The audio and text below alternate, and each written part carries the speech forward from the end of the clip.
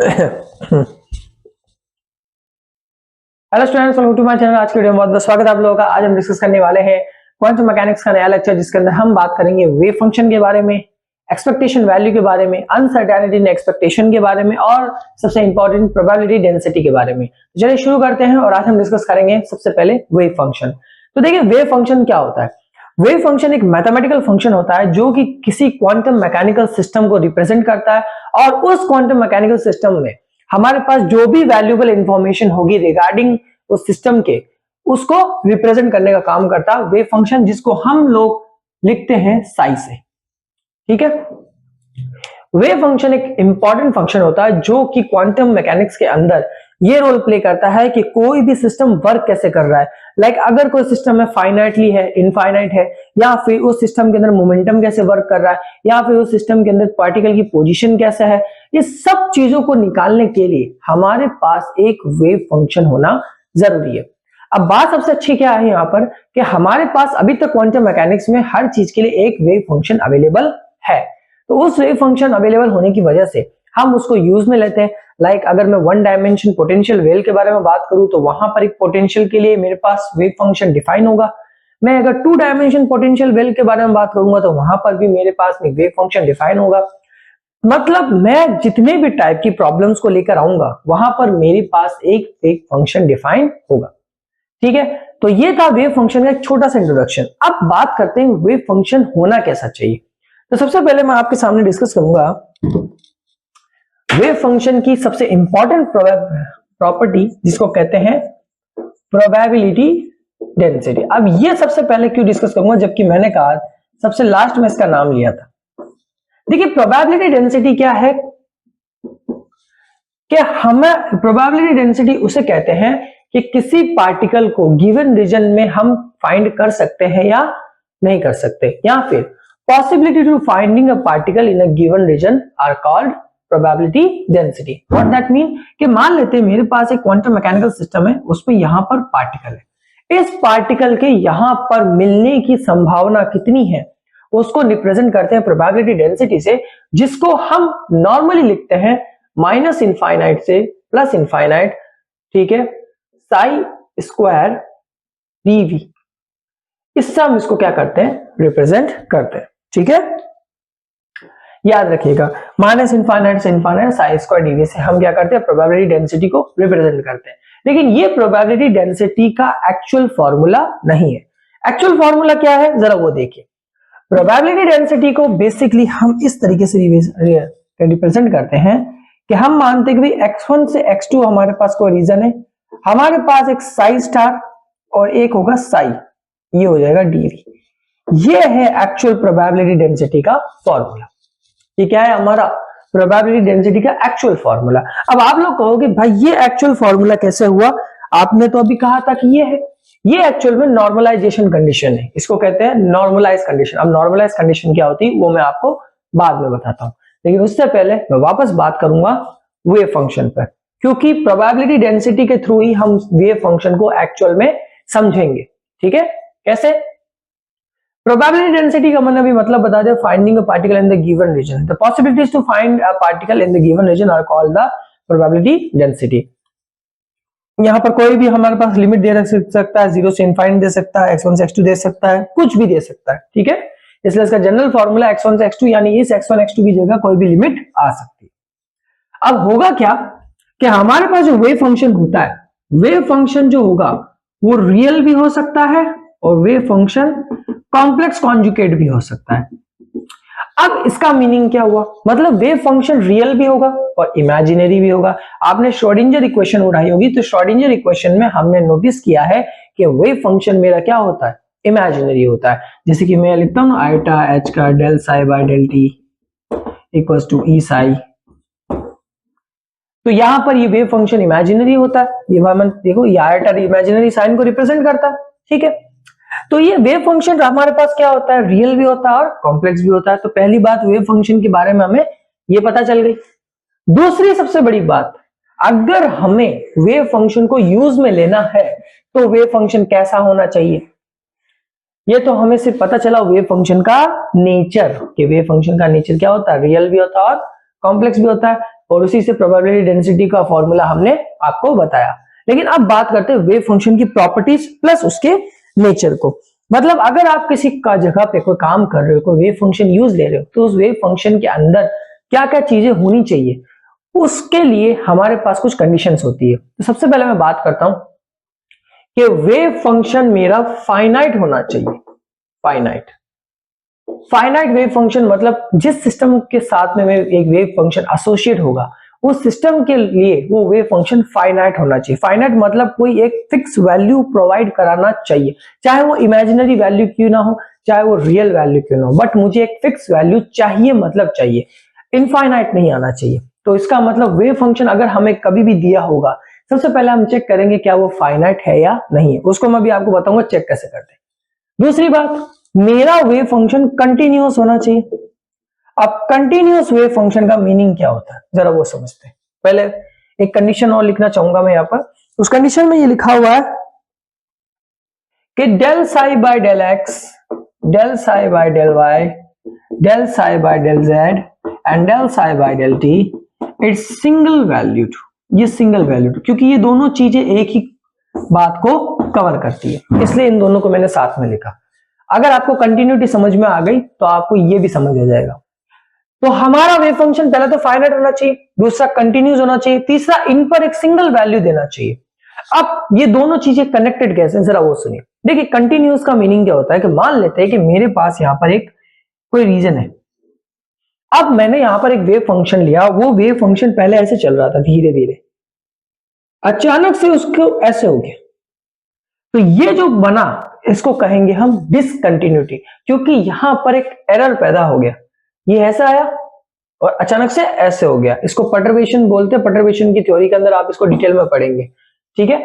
ये ऐसा हुआ, आते आते ऐसा अचानक से। अब हुआ क्या यहां पर और इसके नुकसान क्या है। अब आप लोग कहोगे इससे नुकसान क्या हो रहा है, बात तो हम अभी अपने सिस्टम में ही कर रहे हैं। देखिए इससे नुकसान क्या है कि अगर मुझे इस पोजीशन में से कहीं का मोमेंटम निकालना है तो मैं आराम से निकाल सकता हूं, क्योंकि यहां पर मेरा मोमेंटम बिल्कुल कंटिन्यूस है और फाइनाइट है, मैं इसको आराम से फाइंड आउट कर सकता हूं।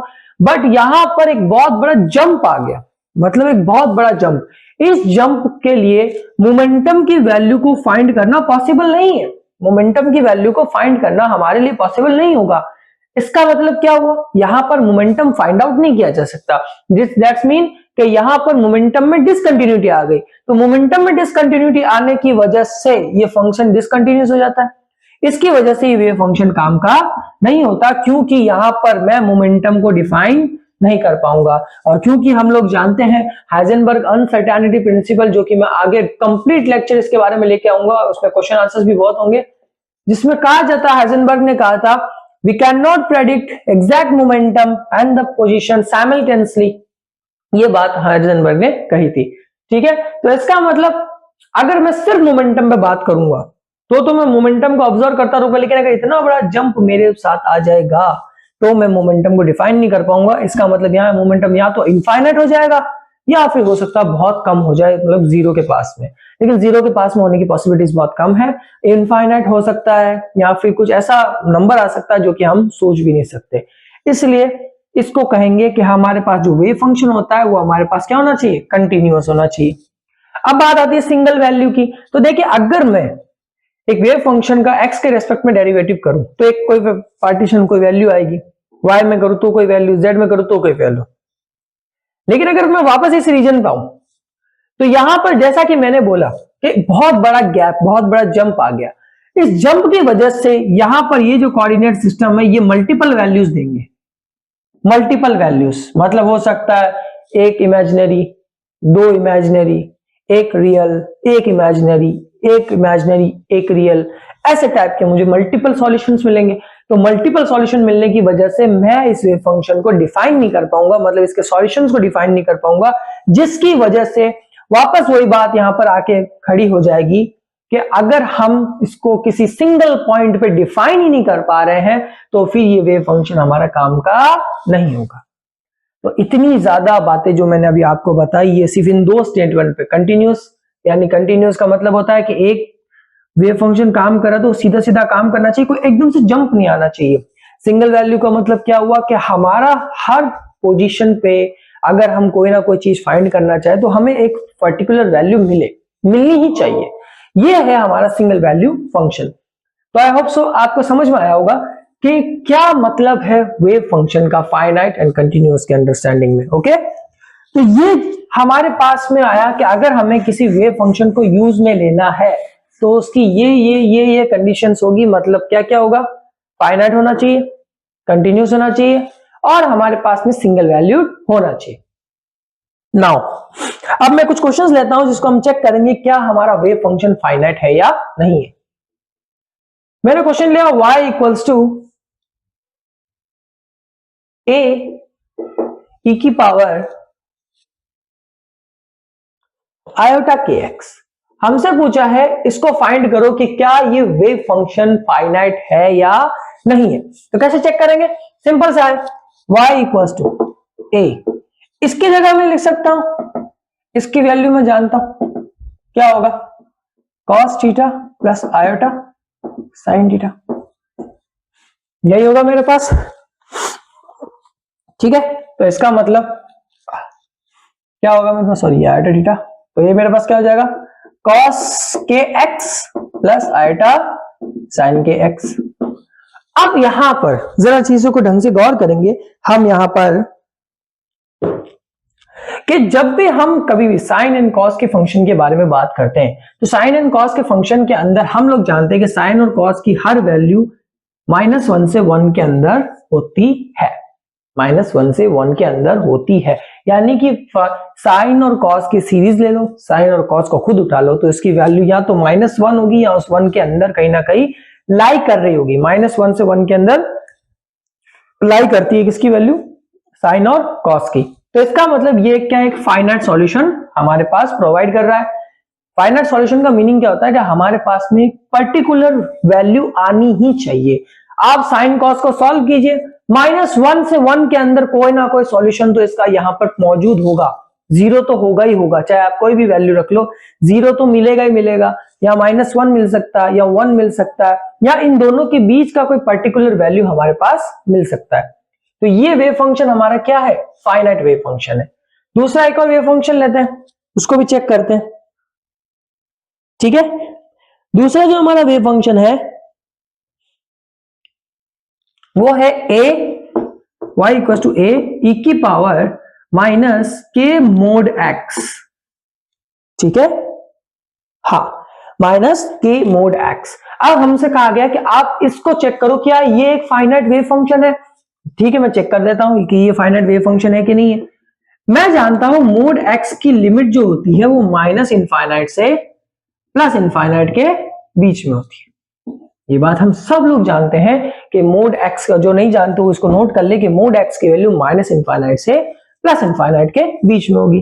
तो मैं अगर यहां पर आपके सामने एक वैल्यू रखूं, चलो सपोज कर दीजिए कि मैं यहां पर आपके सामने वैल्यू रख रहा हूं, किसकी, एक सिंगल वैल्यू हम यहां पर रखते हैं। मैं यहां पर आपके सामने वैल्यू रख रहा हूं पॉजिटिव इनफाइनाइट यानी कि +इनफाइनाइट, क्योंकि मोड एक पॉजिटिव मैग्नीट्यूड वैल्यू देता है। +इनफाइनाइट की वैल्यू दूंगा तो मेरे पास यहां पर आंसर कितना आएगा, 0, क्योंकि आप और मैं दोनों जानते हैं e की पावर -इनफाइनाइट एक्चुअल में 0 होता है। तो 0 एक फाइनाइट वैल्यू है कि नॉन फाइनाइट यानी इनफाइनाइट वैल्यू है, बताइए 0 एक फाइनाइट वैल्यू है या नॉन फाइनाइट या इनफाइनाइट वैल्यू है। 0 एक फाइनाइट वैल्यू है भाई, 0 एक नंबर है, जैसे कि अभी हमने साइन में देखा, साइन में हमने क्या कहा कि 1 एंड -1 से 1 के बीच में वैल्यू होती है। तो -1 से 1 के बीच में अगर वैल्यू होगी तो हमारे पास एक फाइनाइट वैल्यू आएगी, और यहां पर अगर हमने इसको सॉल्व किया, इनफाइनाइट वैल्यू पुट की, तो हमारे पास एक 0 आ रहा है। इसका मतलब ये भी एक फाइनाइट वेव फंक्शन है। ठीक है, ये इसको चेक करने के तरीके होते हैं। अगर एग्जाम में अगर कभी क्वेश्चन आ जाए आपके पास गेट में, CSIR नेट में, तो आप बेसिकली इसको चेक कर सकते हैं कि भाई फाइनाइट फंक्शंस कैसे होते हैं या नॉन फाइनाइट कैसे होते हैं, आराम से चेक कर सकते हैं। एक क्वेश्चन में और कराऊंगा, काफी इंटरेस्टिंग क्वेश्चन है वो भी। क्वेश्चन लिखा हुआ हमारे पास में, हाँ कहां गया, ये रहा हमारे पास question, y equals to ax e की पावर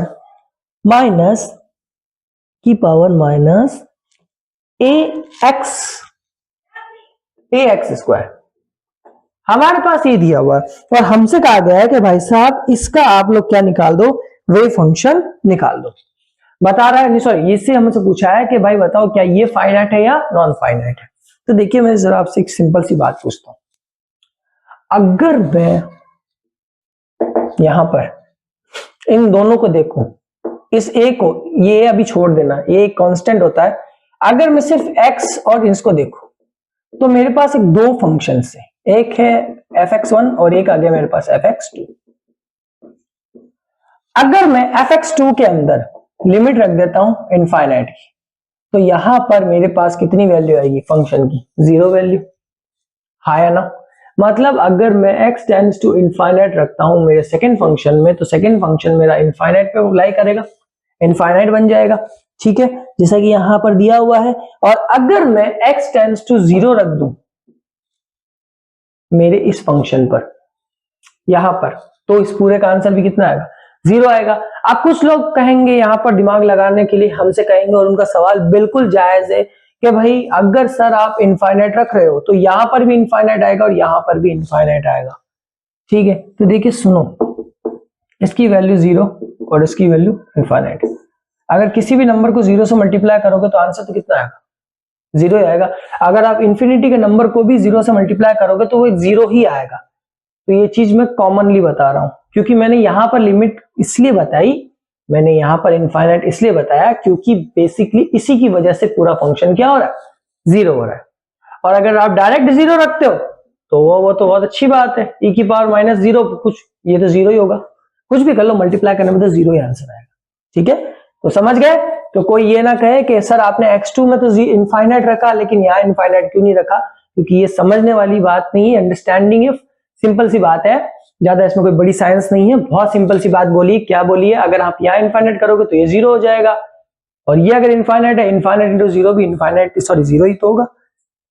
तो 0 मेरी क्या है, एक फाइनाइट वैल्यू, मतलब मेरा ये वेव फंक्शन भी क्या है, फाइनाइट है। अब यहां पर एक मजेदार चीज मैं आपको बताऊं, इन सारे सॉल्यूशन से हमें एक बात तो पता चल गई कि हमारा आंसर कभी इनफाइनाइट नहीं आना चाहिए। मतलब अगर हमारा आंसर कभी भी इनफाइनाइट आ जाएगा तो इसका मतलब वो वेव फंक्शन हमारे काम का नहीं है, उसको यूज में नहीं लेना है। मतलब या तो हमारा आंसर 0 आएगा या -1 से 1 के बीच में कहीं पर आकर बैठ जाएगा। ये बात हमें समझ में आ गई। तो ये था हमारे वेव फंक्शंस को चेक करने का तरीका, जो कि मैंने आपको अभी इस वीडियो के अंदर बताया। अब मैं सबसे बड़ी चीज की बात करूंगा, वो आएगी हमारी नॉर्मलाइजेशन कंडीशन। ये क्या है साहब, उस पर बात कर लेते हैं। एक आती है नॉर्मलाइजेशन और एक आती है हमारी ऑर्थोगोनल। देखिए नॉर्मलाइजेशन ऑर्थोगोनल प्रॉपर्टी किसको कहते हैं, इसको याद रखने का सिंपल सा तरीका, x1 से x2 हमारे पास रीजन है psi star i cap size j cap dv equals to, अगर हमारा i और j दोनों बराबर है तो हमारे पास आंसर कितना आएगा 1, और अगर हमारा i और j दोनों अनइक्वल है तो हमारे पास कितना आएगा 0। नॉर्मलाइजेशन कंडीशन किसे कहते हैं कि आपके पास ये दोनों क्या होने चाहिए, बराबर। तो ये दोनों बराबर होंगे तो ये आपस में मल्टीप्लाई भी होंगे, तो मल्टीप्लाई होने पे इनका एक मोड लगेगा, स्क्वायर होकर क्या लगेगा, मोड लगेगा dv, और इनकी प्रॉपर वैल्यू कितनी होगी 1। ये है नॉर्मलाइजेशन कंडीशन। नॉर्मलाइजेशन कंडीशन किसे कहते हैं कि जहां पर हमारे पास जो वैल्यू होगी वो कितनी होनी चाहिए, 1 होनी चाहिए। समझ आया आपको, ये कितनी होनी चाहिए, 1 होनी चाहिए। मतलब जब आप दो फंक्शंस को मल्टीप्लाई करो और उसका आंसर 1 आ जाए तो इसका मतलब वो फंक्शन नॉर्मलाइज्ड है। अगर आपके पास CSI या नेट में कोई क्वेश्चन आया, क्वेश्चन में वो लिखा हुआ check rather this question is normalize, sorry check rather this wave function is normalize और नॉट, तो हम इसको बता सकते हैं आराम से। हमारे पास जो वेव फंक्शन होगा उसका हम कॉम्प्लेक्स कॉन्जुगेट लेंगे, दोनों को मल्टीप्लाई करेंगे, जो आंसर आएगा वो हम देख लेंगे। अगर 1 आ रहा है तो वेव फंक्शन नॉर्मलाइज, 1 नहीं आ रहा है तो वेव फंक्शन ऑर्थोगोनल। समझ आया, ठीक है। चलो अब यहां पर आप लोग समझ गए होंगे कि इसके अंदर हमने क्या किया। तो चलो जैसे कि मैं एक क्वेश्चन ले ही लेता हूं इसके लिए ताकि हमारा डाउट दूर हो जाए। Psi equal to a sin kx, इसको चेक करना है कि क्या ये नॉर्मलाइज है या नहीं है। इसको हमें क्या करने का है, चेक करने का है। लिमिट भी हमारे पास दे रखी है -इनफाइनाइट से इनफाइनाइट।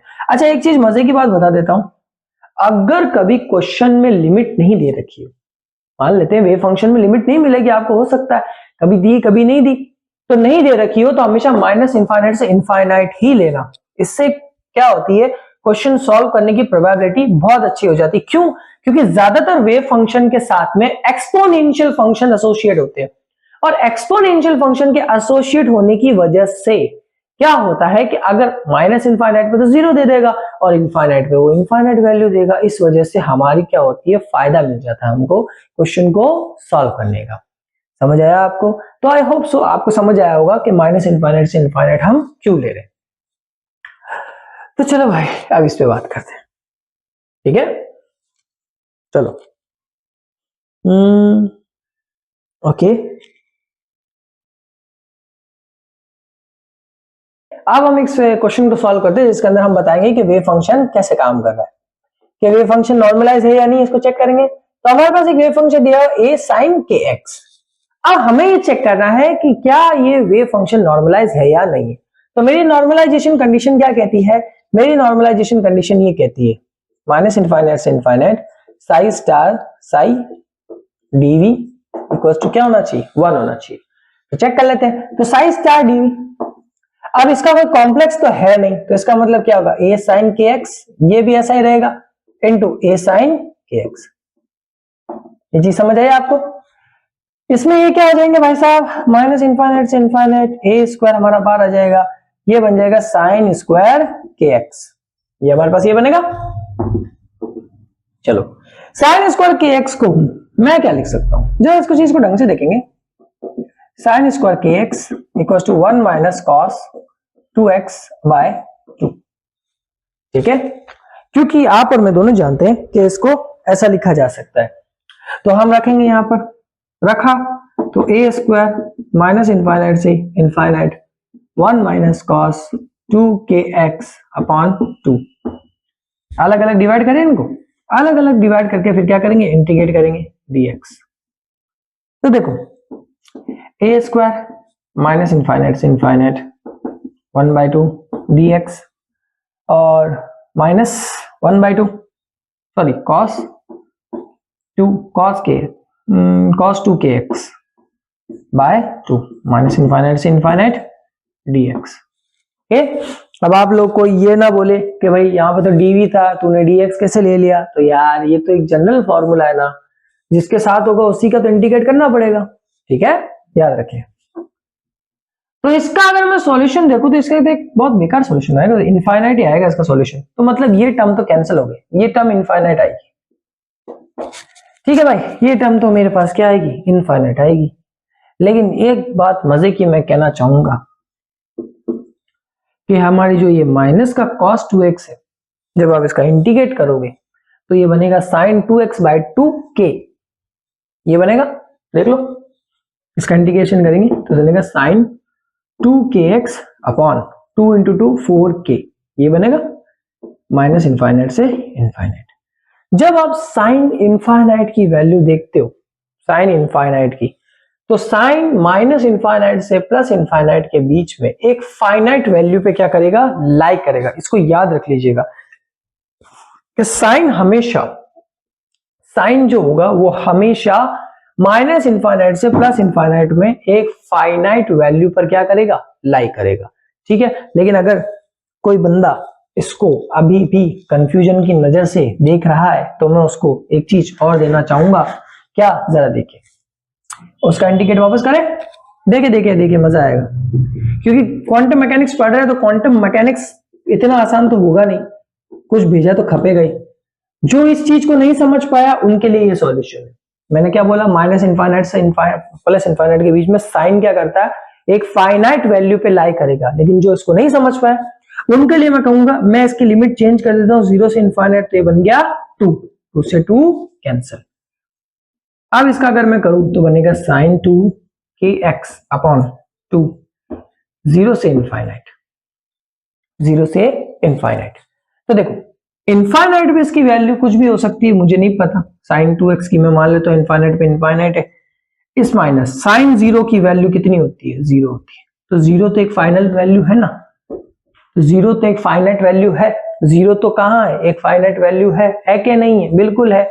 जीरो क्या है, एक फाइनाइट वैल्यू है। इसका मतलब ये तो प्रूफ हो गया कि मेरा ये वेव फंक्शन फाइनाइट है, लेकिन मेरा ये वेव फंक्शन नॉर्मलाइज्ड नहीं है। नॉर्मलाइज्ड क्यों नहीं है?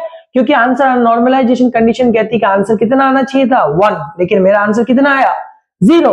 और जो की कंडीशन किसकी है, ऑर्थोगोनल की कंडीशन है। किसकी कंडीशन है, ऑर्थोगोनल की। तो वो ऑर्थोगोनल की कंडीशन होने की वजह से हम ये नहीं बता पा रहे हैं कि, सॉरी, हम ये कह सकते हैं कि हमारा वेव फंक्शन नॉर्मलाइज्ड नहीं। आपको समझ आया? अगर एग्जाम में क्वेश्चन आए कि भाई नॉर्मलाइजेशन को प्रूफ कर दो, सिंपल सी चीज करनी है, वेव फंक्शंस लो, उसका कॉम्प्लेक्स कॉन्जुगेट लो, है तो कर लो, नहीं है तो छोड़ दो, मल्टीप्लाई करो, सॉल्व करो, इंटीग्रेट करो, आंसर लो। या तो 0 आएगा या 1 आएगा। 0 आ गया तो ऑर्थोगोनल, 1 आ गया तो नॉर्मलाइज्ड। समझ गए? इसकी कंडीशन मैंने अभी बताई कि हमारी जो ये कंडीशन होती है माइनस इनफाइनाइट से इनफाइनाइट, जे और आई साई स्टार इक्वल्स टू, ये मेरा होता है आई इक्वल्स टू कितना हो जाता है 1। अगर आई बराबर हो जाए जे के तो आंसर आएगा 1। अगर आई जे के बराबर नहीं आए तो आंसर कितना होगा, 0। समझ आ गया? तो यही हमारी क्या होती है, नॉर्मलाइजेशन कंडीशन होती है। आई होप सो आपको समझ में आया होगा, क्योंकि हमने नॉर्मलाइजेशन कंडीशन को डिफाइन कर दिया है बहुत अच्छी तरीके से। अब मैं बात करने वाला हूं अपनी बहुत इंपॉर्टेंट चीज, एक्सपेक्टेशन वैल्यू। अब नाउ एक्सपेक्टेशन वैल्यू को अगर मुझे कैलकुलेट करना है तो एक्सपेक्टेशन वैल्यू निकालने से पहले मैं एक सिंपल सी छोटी सी चीज के ऊपर बात करने वाला हूं, जिसका नाम है प्रोबेबिलिटी डेंसिटी, जो कि मैं पहले भी बात कर चुका हूं। प्रोबेबिलिटी डेंसिटी कि किसी पार्टिकल का किसी रीजन में फाइंडिंग होने की प्रोबेबिलिटी। लेकिन इसको अगर टोटली अगर हम ढंग से डिफाइन करें, जो कि मैंने अभी बताया था, इसका अगर ढंग से डिफाइन करें प्रोबेबिलिटी डेंसिटी को, तो वो आएगा x1 से x2 साई स्क्वायर dx, और यहां पर all space Sai square dx। ठीक है, ये इसका जनरल फॉर्मूला होता है, मतलब सॉरी जनरल नहीं, इसका मेन फॉर्मूला है, जिससे कि हम किसी भी पार्टिकल को फाइंड कर सकते हैं। अच्छा, मैं एक इंपॉर्टेंट बात और बताऊं आपको, बहुत काम आएगी आपके। जब भी हमारे पास एक रियल वेव फंक्शन दिया होता है ना, यानी कि उसके अंदर कोई कॉम्प्लेक्स पार्ट नहीं होना चाहिए, तो आप डायरेक्ट ही इसको अप्लाई कर सकते हो। आपको ये झंझट करने की जरूरत नहीं, ये वाला साई स्टार साई वाला झंझट आपको कभी करने की जरूरत ही नहीं पड़ेगी। अगर आप ये याद रखो, हमारे पास अगर वेव फंक्शन रियल है तो डायरेक्ट इसी फॉर्मूले का यूज करके प्रोबेबिलिटी डेंसिटी फाइंड कर लो। ठीक है, तो एक छोटी सी चीज थी। लेकिन अब हम बात करने वाले हैं हमारे एक्सपेक्टेशन वैल्यू के ऊपर। एक्सपेक्टेशन वैल्यू हमने क्या क्या डिस्कस कर लिया, प्रोबेबिलिटी डेंसिटी डिस्कस कर ली, नॉर्मलाइजेशन कंडीशन डिस्कस कर ली, और क्या नाम है, वेव फंक्शन को डिस्कस कर लिया, जो कि सबसे मेन टॉपिक था। अब बात आती है एक्सपेक्टेशन वैल्यू। तो चलिए एक्सपेक्टेशन वैल्यू को निकालते हैं। तो देखिए एक्सपेक्टेशन वैल्यू आखिर होती क्या है, पहले वो समझते हैं। एक्सपेक्टेशन वैल्यू मतलब हम किसी चीज को एक्सपेक्ट कर रहे हैं, मतलब हमारे पास अगर कोई चीज एग्जैक्ट नहीं होती है ना, तो हम एक्सपेक्ट करते हैं कि इतना तो निकलेगा।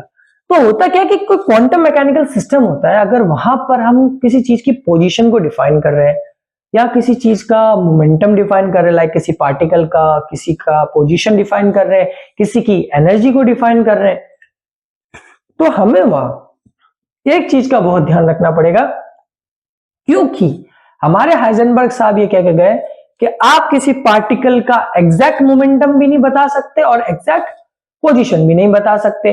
ठीक है, दोनों को एक साथ कभी नहीं बता सकते। तो इससे एक बात तो क्लियर होगी कि एग्जैक्ट तो नहीं मिलेगा।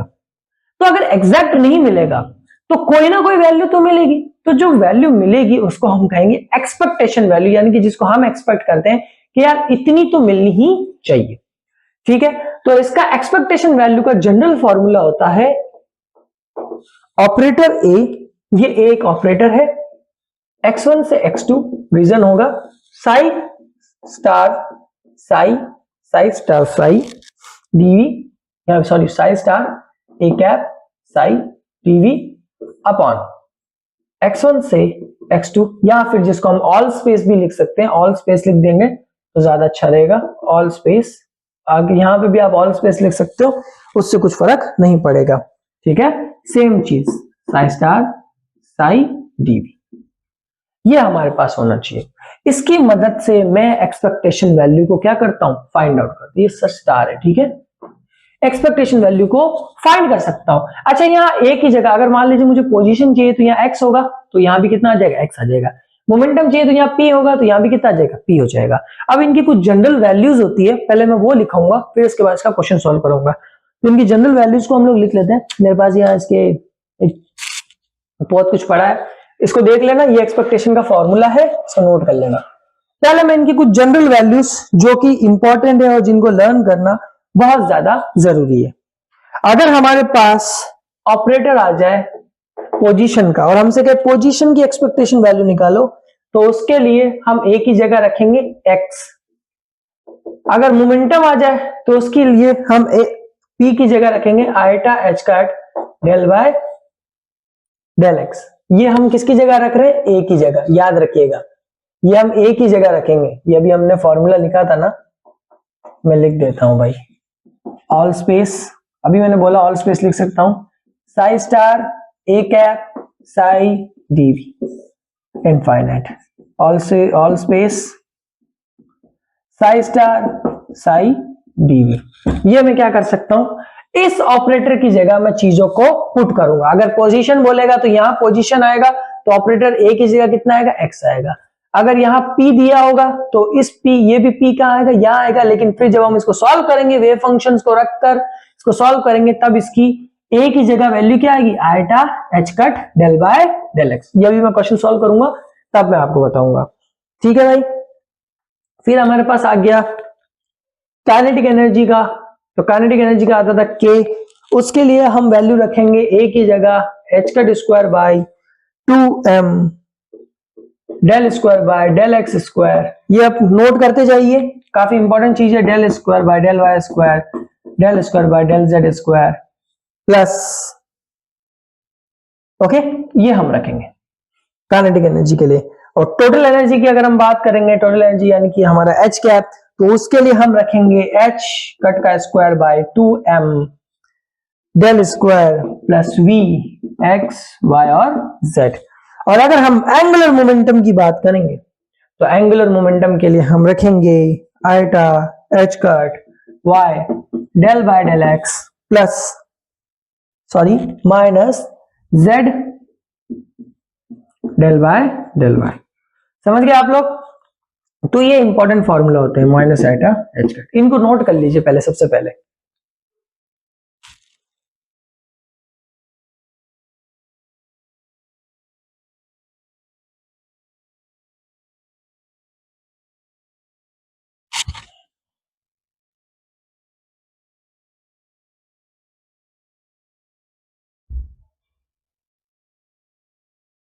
आगे आपको समझ में आ गया होगा कैसे करना है। तो चलिए, अब मैं यहाँ पर एक मजेदार चीज आप लोगों को बताने वाला हूं। इस क्वेश्चन को सॉल्व करने से पहले हम इसको एक बहुत अच्छे तरीके से देखेंगे।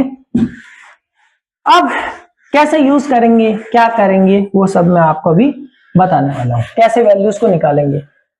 अगर हमारे पास कभी भी क्वेश्चन के अंदर ये लिखा आ जाए कि हमारा वेव फंक्शन नॉर्मलाइज है, सुनिएगा ढंग से मेरी बात, अगर क्वेश्चन में कभी लिखा आ जाए कि हमारा वेव फंक्शन क्या है, नॉर्मलाइज्ड है, या हमें पता चल जाए कि वो नॉर्मलाइज्ड है, तो जब भी उसका आप पोजीशन या कुछ भी निकालोगे, तो उसके लिए आप ये फॉर्मूला इस्तेमाल करोगे। समझ गए आप लोग?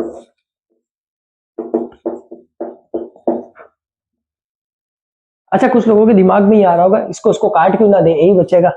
ऐसा मत करना, बहुत बुरी हालत हो जाएगी। समझ गए? अगर हमारा वेव फंक्शन नॉर्मलाइज्ड हो तो हम इसको ऐसे लिख सकते हैं, दिमाग के अंदर रखना।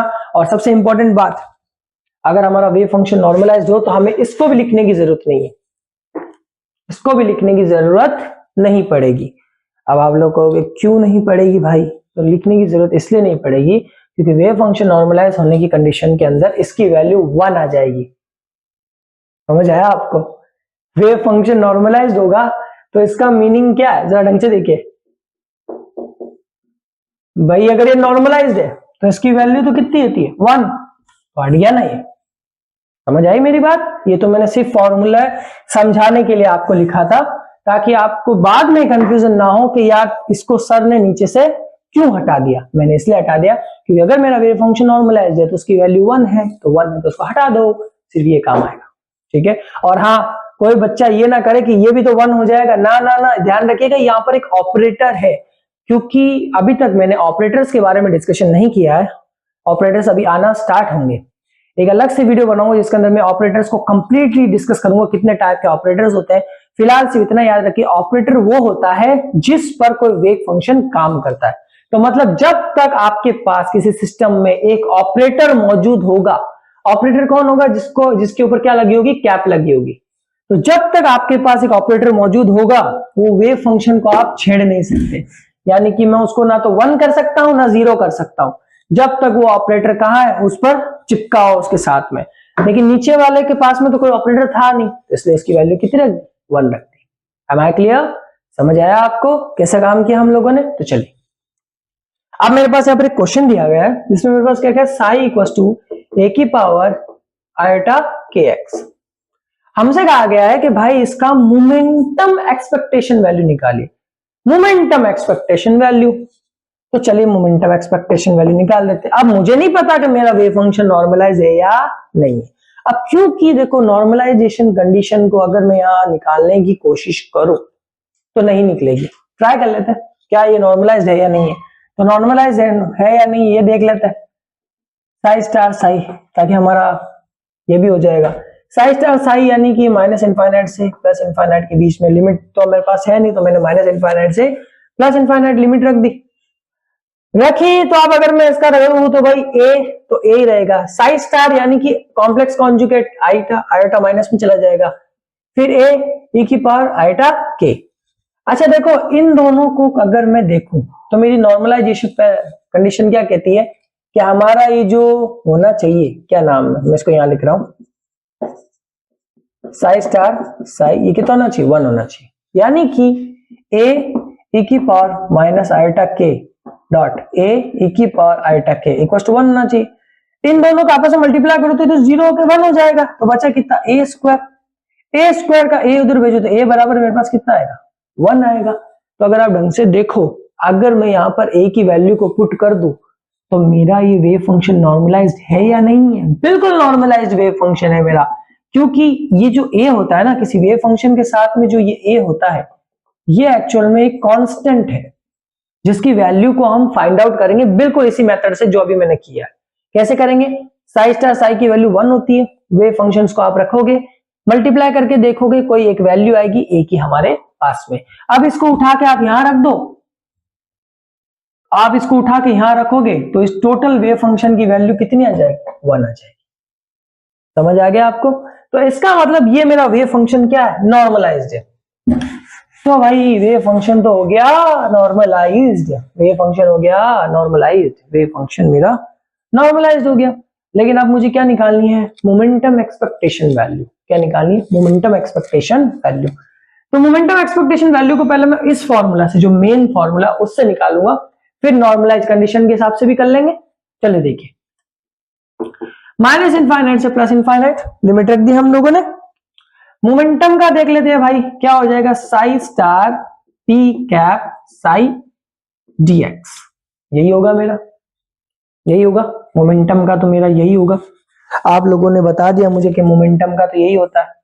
और माइनस इनफाइनाइट से infinite psi star psi dx, इसके लिए भी मोमेंटम के लिए मैंने अभी बताया था कि मोमेंटम के लिए क्या रखेंगे? माइनस का आयोटा एच का डेल बाय डेल एक्स उठा के रख दो। साई की जगह साई का वैल्यू, साई स्टार की जगह साई स्टार का वैल्यू तो रख देते हैं माइनस का इनफाइनाइट टू प्लस का इनफाइनाइट ए की पावर ई आयोटा के एक्स माइनस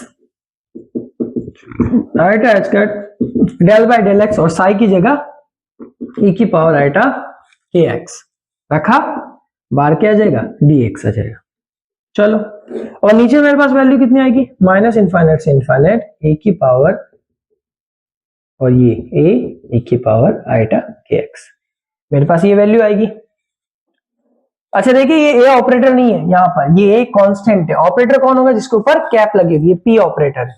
ठीक है, चलो इस ए को पहले इसको डिफरेंशिएट करते हैं, तो डिफरेंशिएट करेंगे तो माइनस इनफाइनाइट से इनफाइनाइट, यहां भी इसके साथ में एक ए था, सॉरी मैंने लिखा नहीं, ये लिख लेना, ए याद, ए मल्टीप्लाई हो जाएगा तो ये ए स्क्वायर हो जाएंगे, क्योंकि ये तो हमारे काम के है नहीं, ठीक है। e की पावर माइनस आइटा के एक्स, इसको छेड़ना नहीं है। अब इन दोनों को मल्टीप्लाई करते हैं, इन दोनों को मल्टीप्लाई किया तो बच्चे का माइनस का आइटा कट, सॉरी डिफरेंशिएट करते हैं। आइटा के एक्स का डिफरेंशिएट करूंगा तो आएगा कितना, आइटा के एक्स प्लस क्या आएगा, आइटा के आएगा, ये आएगा, सॉरी मल्टीप्लाई क्या आएगा, आइटा के, और नीचे कितना आएगा डी एक्स, और हमारे पास नीचे कितना आएगा, माइनस इनफाइनाइट से प्लस इनफाइनाइट, और इसकी वैल्यू तो कितनी होती है, 1 होती है। ये तो अभी हमने प्रूफ किया है कि इसकी वैल्यू कितनी होती है, 1 होती है। यह भी हमने प्रूफ किया है कि इसकी वैल्यू कितनी होती है, 1 होती है, यानी कि ये तो 1 हो गया, तो इसको खत्म कर दो नीचे वाले का। अब बचा कितना, सिर्फ ए स्क्वायर माइनस इनफाइनाइट से प्लस का इनफाइनाइट, माइनस का देखो आइटा आइटा आइटा स्क्वायर की वैल्यू -1 माइनस माइनस प्लस, तो इसका मतलब बचा कितना, सिर्फ एच कट के e की पावर माइनस आइटा के एक्स प्लस e की पावर आइटा के एक्स, ये कितना हो जाएगा, 1 हो जाएगा।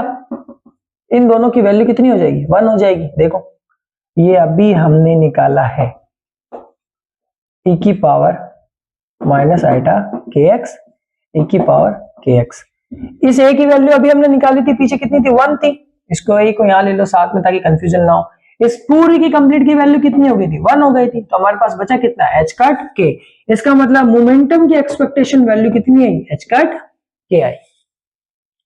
समझ आया एक्सपेक्टेशन वैल्यू कैसे निकाली, बहुत आसान तरीके से निकाली, इसको कोई ज्यादा मैंने इसको लेंदी नहीं खींचा है, सिंपल सा फॉर्मूला। ये मैंने फॉर्मूला इसलिए लिया है क्योंकि मैंने आपको पहला ही बता दिया था कि ये फॉर्मूला मेन है, और एक्चुअल में इसी फॉर्मूले को मैंने इसलिए यूज करूंगा क्योंकि मुझे नहीं पता कि मेरा वेव फंक्शन नॉर्मलाइज है या नहीं। तो पहले मैंने नॉर्मलाइजेशन को चेक किया, मैंने देखा इन दोनों का मल्टीप्लाई कितना हो रहा था, 1 हो रहा था, तो हमने देखा नॉर्मलाइजेशन कंडीशन सेटिस्फाई हो रही थी, तो इसलिए फिर मैंने इसी फॉर्मूले को यूज किया, तो ये तो 1 था इसलिए तो हट गया। इन किसका डिफरेंशिएशन किया तो ये आया, इसको किया तो इसका भी वैल्यू 1 आया। ये तो छोटी मोटी मैथमेटिक्स है, ज्यादा आई नहीं, ठीक है। तो ये मेरा एक्सपेक्टेशन वैल्यू यहां पर मैंने फाइंड आउट कर लिया, ठीक है भाई, समझ आया आपको।